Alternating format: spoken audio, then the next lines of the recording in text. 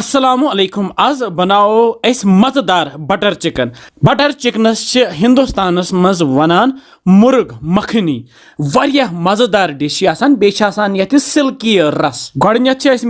दिल मज खेन मगर वनकस हिंदुस्तान किस प्रेथ कुन रियासतस मज बनाने तो शौक सान खेन तो वमेद तुह अजुक बटर चिकन पसंद तो पक्यू करो जल्दी जल्दी शुरू। मे बाजार ओनमुत 1.5 किलो कौकुड़ तो बह वोतुस घर तो मे थो यह छलित छुकित तो पत शहरत कर अत कर मे श्राइक सत लकट लकट फल तो सीन थोमस अलग कुन तिज सीन मे बेस अकिस चीजस जरूरत रोहन फल कह दग मे न्याम मज तो अत बनो मे पेस्ट तो त्रे मे 2 चमच बे त्रा यह जामु दद कवि लकट 2 चमच जामु दद तो बे त्रस यह पाउडर मसाल ये मज 1 चमच वजल मर्चवांगन 1 चमच दानवल पाउडर बदान पाउडर लेदर पाउडर तो बे शोंठ पाउडर 1 चमच बे त्र यह दोबी नून चमच ये लकट तो बे त्र यह तेल यह त्र यह 3 लकट चमच तो अमे पत रलाव यह अत सती सही पे यह पूर मसाल गि सरसी कौकड़स सत रलन तिज यह कर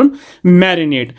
थवन यह साइडस कुन मैरिनेट करने बापत 20 to 25 मिनट यप जोल मे गैस तो गैसस पे थो मे तव तिज लागो बटर चिकन बनावन ताई मज त्र तिल चमच 2-3 बे त्रस लकट थन चमच 2 थन ये त्रावन जरूरी तिज वनानी बटर चिकन तो ये मन थन हुंद इस्तेमाल तक त्र तेज पत बे त्रस जीर चमच ओड तो तेज पत जीर चमच तो बे त्रस खड़ा मसालस मन मे बज अल 2 सब्ज अल 2-5 बे रंग फल 1-2 तो बे मर्च फल 2-3 हल्क दुत तलने फशा तो ये त्र टमाटर 3 मे जैचर सान निकरत थमित यम त्रे मे उड़ बे त्रो गंड अख तो मे निकरत थोमुत जैचर सान तम त्रे मे उड़ बे त्रस कह रोहन फल तो बे त्रे मे 3 हक मर्चवांगन सोबती तो बे त्र ये काजू मोठ अख काजू सह मजेदार गसान ये त्र ये आब कप अख मिच कर तो बे त्रस नून चमच अख तूड़ नून त्रत थवो पे डखन तो करहोन लथसी पे 15 to 20 मिनट तैयार तो 15 to 20 मिनट गसित ये पे डखन थो तुलो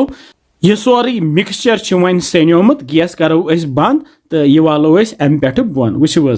फिरहन यह सोरी मसाल वन ये मिक्सी जारस मज तो मिक्सर ग्राइंडर इस्तेमाल कर बनाओ वन ये प्यूरे तो प्यूरे वन सन तैयार यह बह तुम हावान बटर चिकन बनानुक सहल तो आसान तरीक तो हेक्यू पन्ने हिसाब ती बटर चिकन बनत यपर नी मे ब्याख तव अत मज त्रो मे तिल चमच 2-3 तो बे त्रस यह थन चट अख यह सो लकट थन चट 30 रुपयन यह त्रो मे सारी युस कौकुड़ मैरिनेट कर थोमुत यह वन तैयार तो यह सोरी कौकुड़ फिरहोन ये ताई मजी तो यह कौकुड़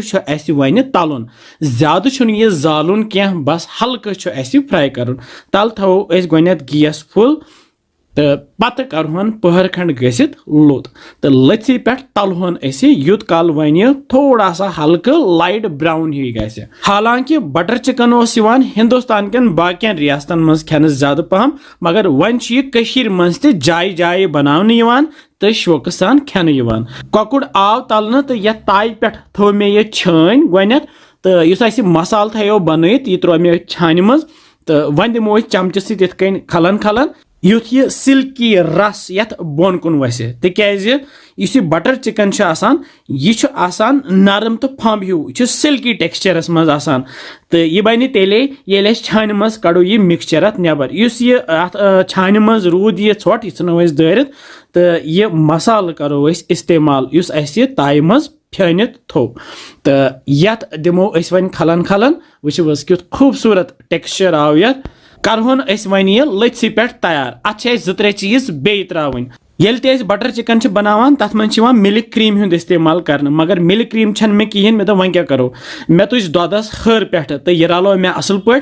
अत पूर छक लगित कर मे यह दोदहर ये बटर चिकनस मज इस्तेमाल वुच किस खूबसूरत क्रीम गई तैयार तो यह जुगाड़ इस मे तुह होव कित कन हेको क्रीम बदल यह दोदहर इस्तेमाल कर त्रे मे थन प्यूता ये मज ज्यादा थन हुंद इस्तेमाल कर तिज अत वनानी बटर चिकन या चिकन मखनी तो पे त्रो यह होच मीठ मुरित तो अम वारिया टेस्ट गसान असल तो करहोन लथसी पे 2-5 मिनट बे तैयार बटर चिकन ज्यादा तर षट सत खेन या अगर नान आस तथ सत मज़ लगान ये बटर चिकनस तो मे बनाए ज़् तो अत त्रो मे पे थोड़ा सा तिल कतरे तम सम नरम रोजान तो सोन बटर चिकन तैयार तो मे ओन लकुट हिव यह बान तो अथ मज फिरहन अजुक बटर चिकन वुस कि खूबसूरत रंग आव ये अगर तुम सफ़ेद सफ़ेद बटर चिकन खुश गसान तो लेदर करो तुम स्किप तिज लेदर सत युथ कलर खसान अगर नहीं तुम लेदर इस्तेमाल करो यह बन सफ़ेद सफ़ेद माशाअल्लाह वुस कि खूबसूरत तो रस क्युत सिल्की सिल्की यूत सिल्की टेक्सचर आसि तूता गो बटर चिकन ऑथेंटिक तो यह त्रा पे यह मलाई पिंद बे अगर तुम बाजर मिल्क क्रीम बनव तेल गो सह ज्यादा पहम असल तो मलाई त्रा बह ये पे वन थोड़ा सा बे होच मीट तो सजावन अमे सती तो तैयार सोन अजुक बटर चिकन तो अथ सो